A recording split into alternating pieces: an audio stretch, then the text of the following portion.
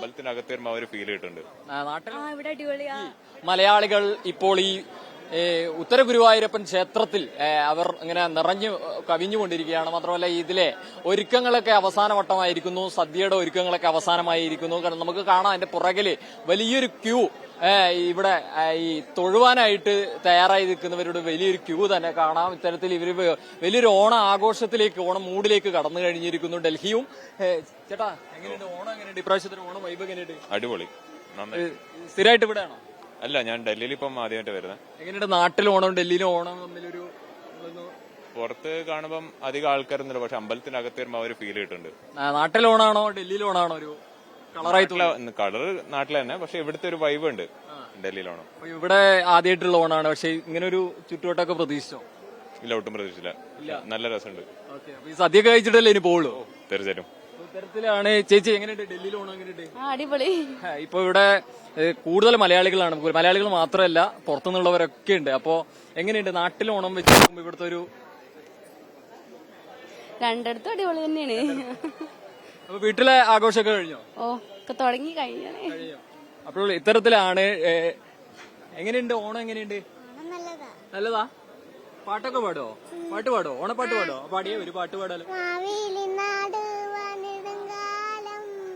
മനുഷ്യരില്ല ഒന്നുപോലെ അമുദത്തോടി വസിക്കും കാലം അബദ്ധമാക്ക് മുട്ടില്ല. ആഹാ, മോള് പേരെന്താ? പേരെന്താ? ധ്രുവിക. ധ്രുവിക. മോളുടെ പേരോ? ദക്ഷ.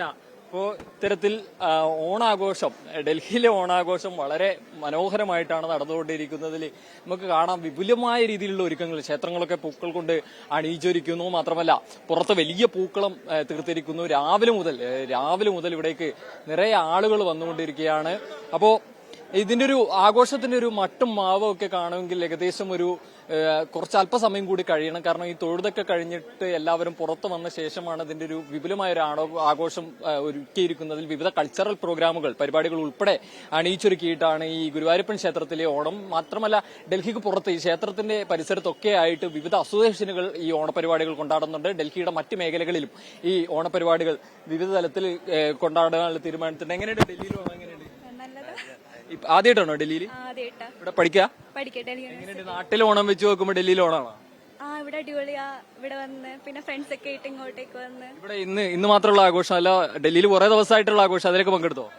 ഇല്ല. ഇനി ഇവിടെ അത് കഴിഞ്ഞിട്ട് എല്ലാവരുമായിട്ട് ഡൽഹി യൂണിവേഴ്സിറ്റി പിള്ളേരായിട്ട് ഓണാഘോഷിക്കുന്നുണ്ട്. ഇത് കഴിഞ്ഞിട്ട് കോളേജിൽ ഓണാഘോഷം കഴിഞ്ഞോ? കോളേജിലില്ല. മൈത്രിയുടെ ഓണം ഉണ്ട്, അതെല്ലാരും ഇല്ല, കഴിഞ്ഞിട്ടില്ല. സെപ്റ്റംബറിലുണ്ട്.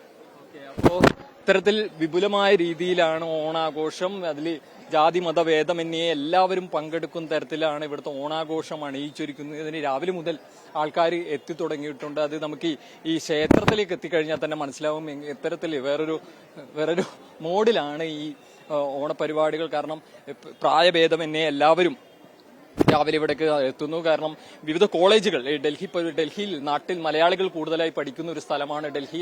അവിടെ ഈ കോളേജുകളിൽ നിന്നും എത്തിച്ചേരുന്നവരുണ്ട്. കോളേജുകളുടെ ഓണാഘോഷം തകൃതിയായി നടക്കുന്നുണ്ട്. കാരണം നാട്ടിലെ പോലൊരു ഒരാഴ്ചത്തെ ഓണാഘോഷമല്ല മറുനാടൻ മലയാളികൾക്ക് ഓണം എന്ന് പറയുന്നത്. ഒരു വർഷത്തോളം വിപുലമായി കൊണ്ടാടപ്പെടുന്ന ഒരു ആഘോഷമാണ്. കാരണം ഓരോ പ്രദേശത്തും ഓണവും ഇങ്ങനെ കഴിഞ്ഞ് അവസാനം ഏകദേശം അടുത്ത ഓണം വരെ ഈ ഓണത്തിനൊരു പരിപാടി നീണ്ടു നിൽക്കുന്ന തരത്തിലാണ് ഇവിടുത്തെ ഓണാഘോഷം പോയിക്കൊണ്ടിരിക്കുന്നത്. അതുകൊണ്ട് തന്നെ ഈ ഡൽഹിയുടെ ഓണം അങ്ങനെ പെട്ടെന്നൊന്നും കഴിയില്ല എന്നൊരു അവസ്ഥയാണ്. അപ്പൊ അത് ഇവിടെ നമുക്ക് കാണാം. ഒരു ജൻസി തലമുറ മുതൽ അല്ലെങ്കിൽ ചെറിയ കുട്ടികൾ മുതൽ അത്തരത്തിൽ പ്രായഭേദമന്യേ വിവിധ നാട്ടിൽ കിട്ടാത്ത ഓണത്തെ തിരിച്ചു പിടിക്കാനുള്ള ഒരു ശ്രമമാണ് ഡൽഹിയിൽ നടക്കുന്നത്. ക്യാമറമാൻ അമൽ ജോണിനോടൊപ്പം ലാൽകുമാർ, മീഡിയ 1, ഡൽഹി.